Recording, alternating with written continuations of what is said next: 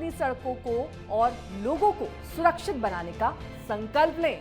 याद रखें, सड़क सुरक्षा यानी जीवन सुरक्षा। बी द बेटर गाइड एक सड़क सुरक्षा मुहिम द इंडिया टुडे ग्रुप के साथ पार्टनरशिप में हुंडई मोटर इंडिया फाउंडेशन की पहल। मैं हूं शुभांकर मिश्रा। दोपहर के 12 बज गए हैं और हम फिलहाल मौजूद हैं जहांगीरपुरी में।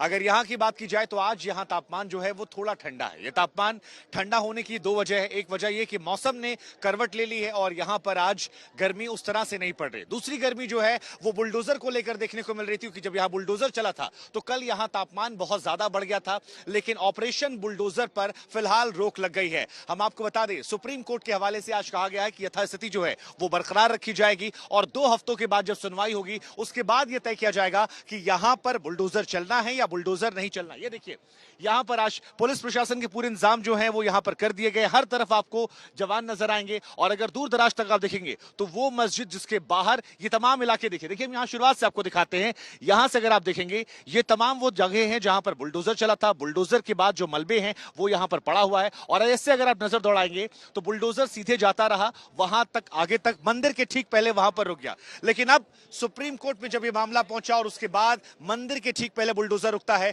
तो आज खबर ये आती है कि यथास्थिति बरकरार है। हालांकि कई सख्त टिप्पणियां जो है वो की गई हैं। एक सवाल पूछा गया कि आदेश जारी करने के बाद भी आखिर यहां पर बुलडोजर क्यों चलता रहा, क्योंकि जब आदेश आया था उसके बाद ही बुलडोजर यहां से आगे बढ़ रहा था।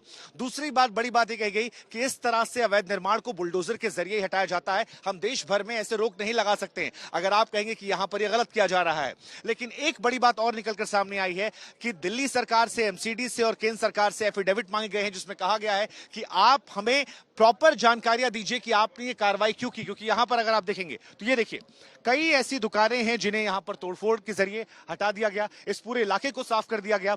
और एक आरोप यह भी लग रहा था कि एक समुदाय विशेष पर यहां पर यह हमला किया गया है, चाहे वो इन इलाकों की बात की जाए या मस्जिद से इस एल शेप की बात की जाए। क्योंकि जहां पर हम खड़े हैं यहां से 2 रास्ते हैं। एक रास्ता आता है जो इधर एल बनाता है और दूसरा रास्ता आता है जो इस तरफ एल बनाता है। लेकिन जिधर जाकर दंगे हुए थे या कहें कि जिधर जाकर हिंसा हुई थी, तोड़फोड़ हुई थी, उस इलाके में की बात करेंगे तो वहां पर शांति है, वहां पर दुकानें जो हैं वो खुली हुई हैं, वहां पर जिंदगी आम है। लेकिन जो ये एल है यहां पर बैरिकेडिंग लगी हुई है, सभी दुकानें जो हैं वो आपको बंद नजर आएंगी और आज उस पार जाकर लोगों से बात करने की भी मनाही है, यानी मीडिया पर्संस को भी अलाउ नहीं किया गया है कि आप उधर जाकर बात कर सकते हैं। तो ऐसे में इसको लेकर भी सुप्रीम कोर्ट में जब सुनवाई होती है और बातचीत होती है तो सुप्रीम कोर्ट ये सख्त सवाल पूछता है कि क्या ये कार्रवाई कहीं एक तरफा तो नहीं थी, इसको लेकर डिटेल जानकारी दीजिए। हालांकि सॉलिसिटर जनरल की तरफ से कहा गया कि जो भी जानकारियां हैं वो हम आप तक डिटेल में देंगे, हम आपको बताएंगे कि क्यों इस तरह से किया गया।